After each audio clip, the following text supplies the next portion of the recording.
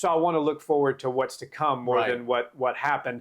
Just briefly touching on what Tom did. I mean, Tom is showing that he's 6'5", 251 pounds with the speed of a featherweight. Right. And that is a very scary thing. This is not your dad's heavyweight division anymore. No. This is not Roy Big Country Nelson, in there banging it out. He's just a 185er that doesn't want to cut weight. No, these guys are big. They fill out the frame appropriately, but they're athletes. And Tom Aspinall is an athlete to the highest of levels. One thing that Conor McGregor made famous is one of his most famous lines. What is it? Speed beats power, and precision beats power. Timing beats speed. It's been so many years. I'm drawing a blank on the quote itself. Precision beats power, and timing beats speed. Tom Aspinall comes to mind when you think of that, because when you think of Curtis Blaydes, you think of the chin susceptibility. And in our MMA Hangout episode, Bob Perez, who's one of the few coaches that can say they've got a win over Curtis, talked about that and how Derek Lewis was able to land that big power shot. Right. Curtis has been knocked out by Derek. He's been knocked out by Francis twice. He's been knocked out by Sergey Pavlovich. And my prediction was that Tom would finish him, but it wouldn't be because he just throws this monster uppercut or he hits him with a power hook. It would be because he's in and out and he lands a crisp shot, which is exactly what happened.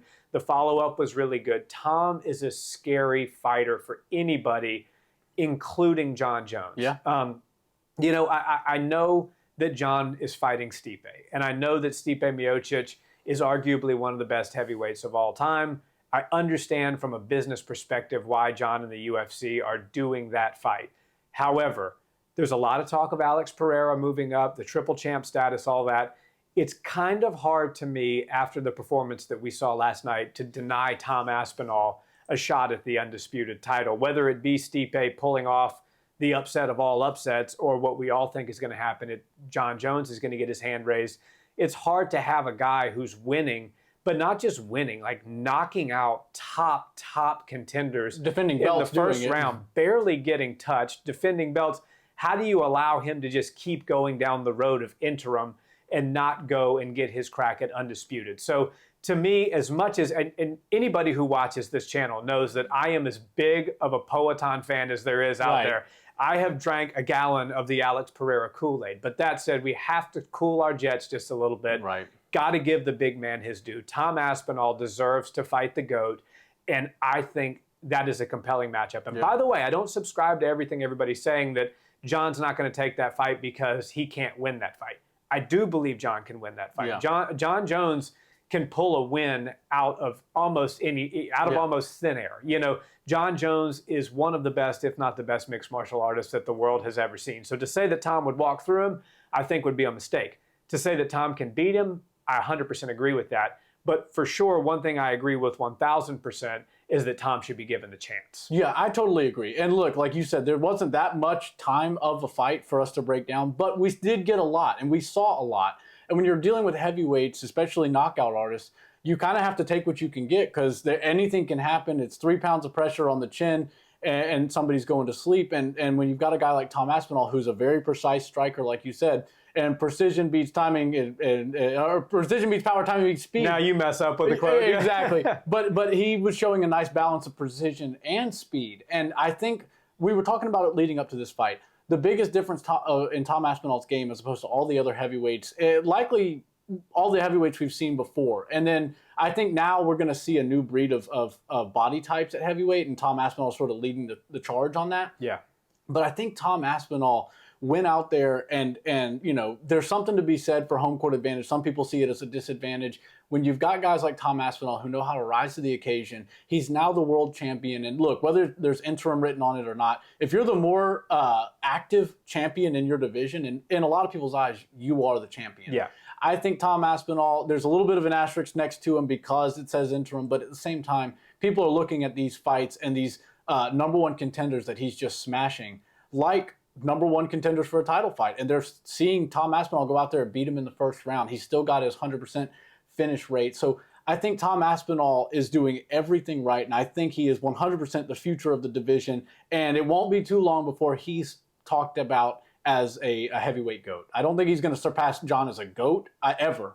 But if Stipe Miocic is considered the heavyweight GOAT right now, Tom Aspinall, if you look at the body of work that he's done, and then you look at the roster at heavyweight, I don't really see a lot of people giving him trouble other than Jon Jones. I just feel like even and Alex Pereira, that would be a close fight, but I think Tom would be the favorite. So I think Tom Aspinall going out there moving the way he was moving is a problem for Jon Jones. And the fact that Jon Jones isn't near as active could be an issue, because when we saw Jon out there last time, it wasn't that we didn't get to see enough to see how good he actually is, but we did see, his speed. We saw his frame moving at heavyweight. And that was interesting to me because he's never really moved 250 plus pounds. He's never really moved that kind of weight around. And so he did give up a little bit of his speed. It didn't really matter against Cyril Gane. He was able to get the fight where he wanted it and get it, make quick work of Cyril.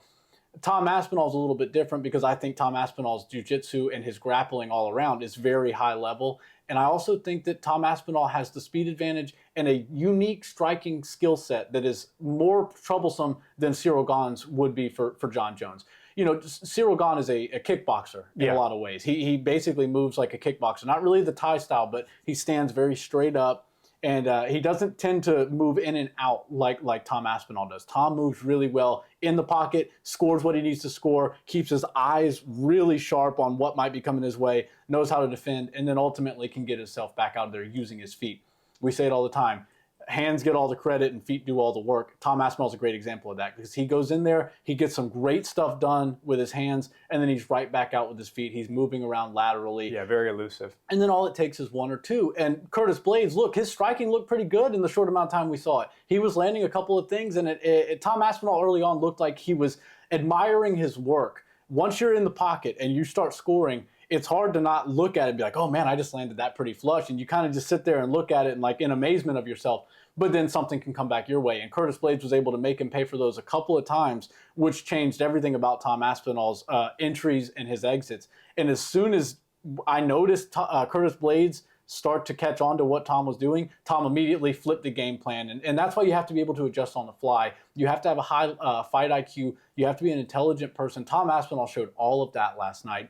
I think Tom Aspinall goes out there and only keeps evolving because he's so young for the heavyweight division. I think what we're going to see out of Tom Aspinall over the next 5 years is going to be nothing short of historical and going to wind up in the record books. A lot of what he's going to do is going to be very impressive. So Curtis Blaydes, anytime you need somebody who's a top five, just a lifetime top five heavyweight, you call Curtis Blaydes. But when you can get him out of there in 1 minute, which is better than most everybody else can do in the heavyweight division, you have to start looking at just how dominant Tom Aspinall is and where he needs to go from here. Because leading up to this fight, I was like, we were talking to Kevin Holland about it. He was like, I don't think if Tom wins and Jon wins that Tom should fight him because legends should fight legends. And I agree with that to some degree, but at the same time, I'm not overseeing Jon Jones' fight. I want to see him fight Stipe, but I feel like that one's a little bit of a I don't want to call it an exhibition or a gimme, but it just feels a little bit easier than what he should be going through. Jon Jones is the GOAT. He needs to fight the best people in the world. So I think Tom Aspinall is the right guy. And the last thing I'll say about, basically your GOAT status or whatever, we like to put those types of conversations out there into the world and see what people have to say. But it would be kind of nice to put that conversation to bed for the time being. And if we could say Jon Jones is conclusively the GOAT, there's nobody better, I think he does need to beat the champions of old, which he did on his rise up, the champions of today, which he did while he was the champion at 205, and then the champions of tomorrow, which without a doubt is Tom Aspinall. And for me, those if he can beat Stipe Miocic, he's taking care of everybody he needs to take care of at heavyweight. If he beats Tom Aspinall, now we're talking about a different level. And I just think that Jon Jones is a fierce competitor. He knows he's never lost a legitimate fight in his life. And especially with the 12-6 now being overturned, he's trying to get that fight overturned.